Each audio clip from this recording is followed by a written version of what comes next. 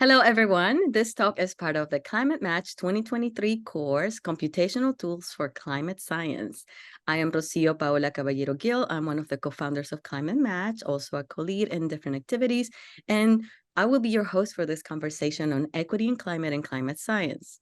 We're going to have this conversation with scholar, activist, and leader in climate science, who is also a bachelor in petroleum engineer, has a master's in environmental modeling, and is a PhD candidate in applied bioclimatology. Juliana Arbelaez. Welcome, Juliana. Thank you so much for being here. I'm personally thrilled that our students are going to get to hear from you because you're such a great activist, also a great scholar, a Latinas Leader member, and support us. And in particular, I want people to hear about your initiative called Climate Wiki, which is very, very interesting in connecting different parts of the world. So thank you for coming here. Hi, Rocio. I'm so happy to join Climate Match in the first edition, and I hope that the students are enjoying the program a lot. Let's just get us started a little bit by, maybe telling us about yourself and the kind of work that you do. Yeah, so as you hear, I kind of have a mixed background, and I think that that's a great quality for a climate scientist because climate is such a complex system that encompass many phenomena and many fields.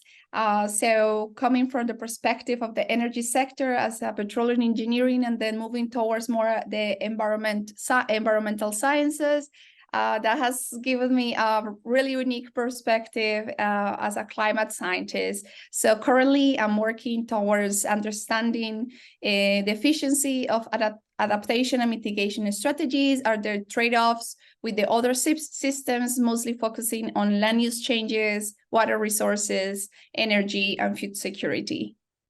In terms of maybe equity, tell us a little bit about how that plays in your career, in your professional work, and also in just the things that you do.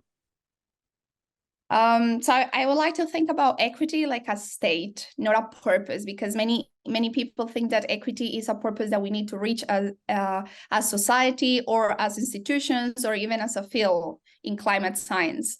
But I would like to think about equity like a state where we live through, that is composed by values. And the most important part of equity is that we recognize that every single human comes with their own story and with their own oppressions, and is trying to live through the system the best that they can. And the most that we can do is to show empathy, kindness, and to try to understand, and most importantly, uplift us together jointly to try to thrive in the best that we can in all our parts that we play in this complex climate system, right? Because I believe that in the climate action globally is not only what scientists are doing, but also what activists are doing, what politicians are doing, policymakers, citizens. So we all have a role. And here we are also doing a role. And you as students are also playing your role right now by taking this course, because climate change just imposes more challenges. And for that, we are transitioning not only our energy systems or water systems or land systems, but also our mindsets, also our beliefs and our values. And within those transitions, I think that being able to put a bit of my effort and my science there is great with a different perspectives. Especially, I try to convey a lot of what Colombians and Latin American people conceive and how we interact with our resources, because we come from a region that is extremely important for the climate action in the planet. And I try to really provide some other perspectives that perhaps Western science doesn't take into account or don't recognize yet. And we are working towards that. We are working towards seeing a science more collaborative in a parallel level with, for example, indigenous communities, Afro communities, and understanding their cosmology into our processes and how our methods can then support them and empower them to create the actions that we actually need to keep doing the transitions that we need to overcome all the risk and the possible damages and all the challenges that climate change imposes on us. from your perspective as a climate scientist,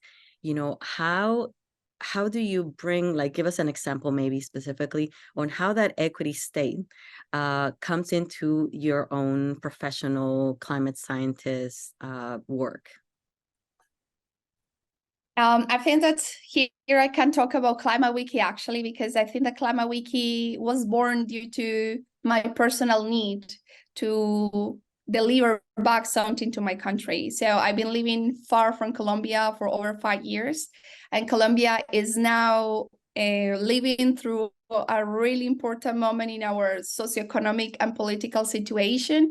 And more than ever, citizens, they need to be provided with a lot of information so they are able to make the right decisions for our climate system. And usually the right decision for the climate is not the most intuitive one. And we are living in a world driven by fake news, for living by driving by greenwashing, for example, as well. And it makes really, really hard for a single human to disentangle all of these narratives and all these power games that are at play right now when it comes to the climate.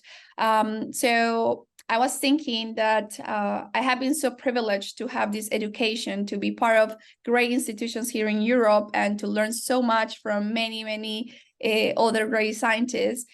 So I created this Climate Wiki. It's a social media initiative where I bring climate science to the point of literally putting it under the scientific lenses, the political discourse of many politicians or many discussions that are happening in my home country, and telling the people, look, this is actually supported by climate science, or this is not really supported by climate science. So be careful there.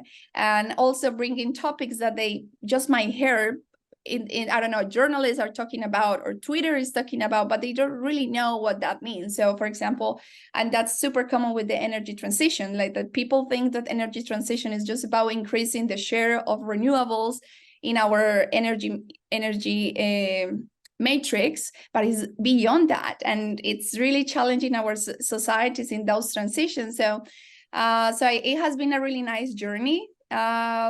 I need to say that, of course, I do this in Spanish, and it's totally free, and it's like a free time that I put from my work to try to convey this climate science, the tools, the definitions, and also the perspectives of what is science saying about the political discourse that is happening. Because unfortunately, we have also seen how climate action has been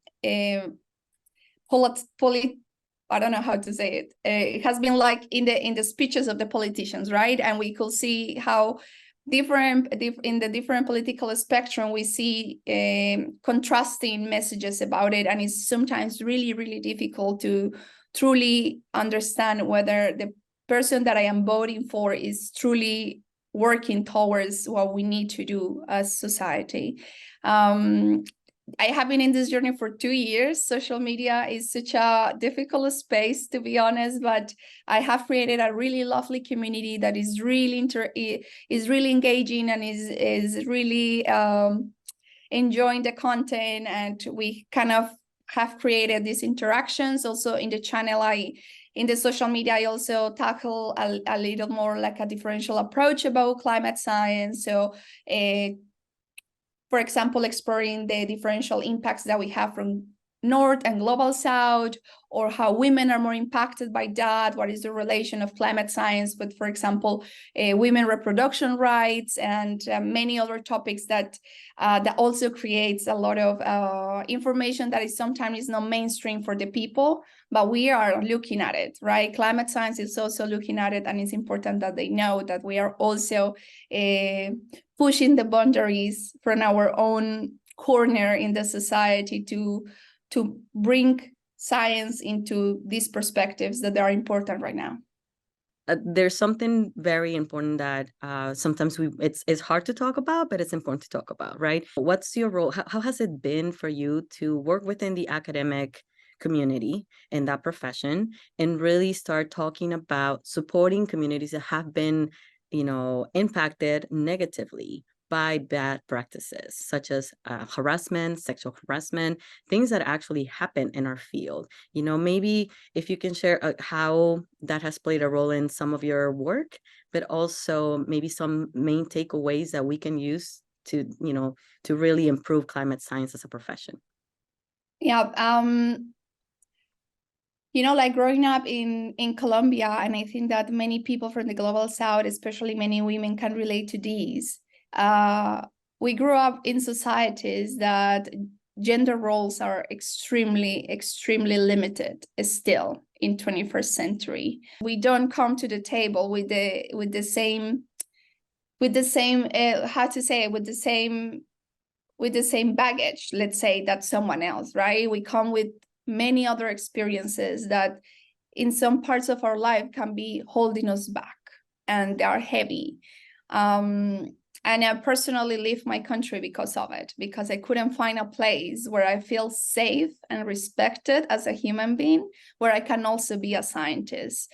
And this is super sad that you need sometimes scientists, and female scientists has to, I don't know, find their lives so far from home so they can keep pushing and keep trying to fulfill their dreams, right? And so I think that I have also committed myself to be courageous enough to support people who also face those barriers, to try not to lose them in the way, and also to change my individual practices as a scientist to ensure that we are in a scientific community that is courageous enough to have these important conversations, that we are able to recognize that the systems that are in place, they are actually wrong, and we can do better. And we also need to do better, because if we don't, we are losing knowledge, we are losing ideas, we are losing people, and people are the only resource that we have to overcome any crisis that we will face. My takeaway lesson is that being courageous and brave to have these conversations, being transparent and honest, is always the way. And I think that authenticity, it comes with a lot of risk right now. When you want to be authentic to yourself, you can make a lot of people uncomfortable, but you can also make a lot of friends and allies on the way. And those are the people who will cheer your heart when you are in the lowest in your career, but are also the people who can lift you and support you to actually do transformative change. And those are the people that we need right now in academia. Brave people who can speak their minds, but also minding the realities of others, because this is not about chasing someone. No, here it's about having honest conversations about our own limitations, our own struggles, and how we can put this on the table so we can actually see them and frame other ways to cooperate together that respects every single part of us, our heritage, our territories, our identities, our languages, our cultures, right? So this is not just about gender or race. This goes beyond that, because we also need to be able to even connect with our ancestors, with their cosmology, with their ideas, and bring them back to this century and make them powerful, because those ideas, they garden the solution of many things for climate. And it's really, really interesting how many times in climate science we are coming, like, for example, a really good example is agroforestry. It's now a boom in the global north, how agroforestry is the best practices for the agricultural sector that is to become a climate neutral. And then when we see where is agroforestry coming, it's coming from our ancestral communities, from our indigenous communities, right? So how valuable is that we could recognize that the limitations that we have as a scientist, because we all are human, and be honest and transparent about it, and be courageous to be authentic to ourselves and our values, and keep pushing through that, because I think that that's the only way that we could manage to create a more equality and equity in climate science. What do you think could be, something that you could recommend for those watching us that they could do or to support equity in climate science, to support maybe perhaps climate solutions coming with that, equity lens and value and state in mind? I think that I will say curiosity. Climate science is demanding the best of our imagination. Like now we live in a time where we feel that everything is invented, everything is solved, we cannot do any different. But it's not true. When you live through the curious lenses of your life, you're able to take a lot of new ideas from every person that you talk. It doesn't matter whether it's a policymaker, another peer, another student, or the indigenous leader in a local community. And I think that having this philosophy of always coming with a curious mind, with an open mindset, will give you a lot of new ideas and a lot of new perspectives. And I think that that's really important in climate science. I sometimes don't like when people say, oh, that's not possible, we won't do it. But like that was always said also for women who couldn't vote, or when we couldn't even have an engine in cars. Like everything starts with people saying to you, you cannot do that. But we can't, and we need to, right? It's like we can no longer afford not to try.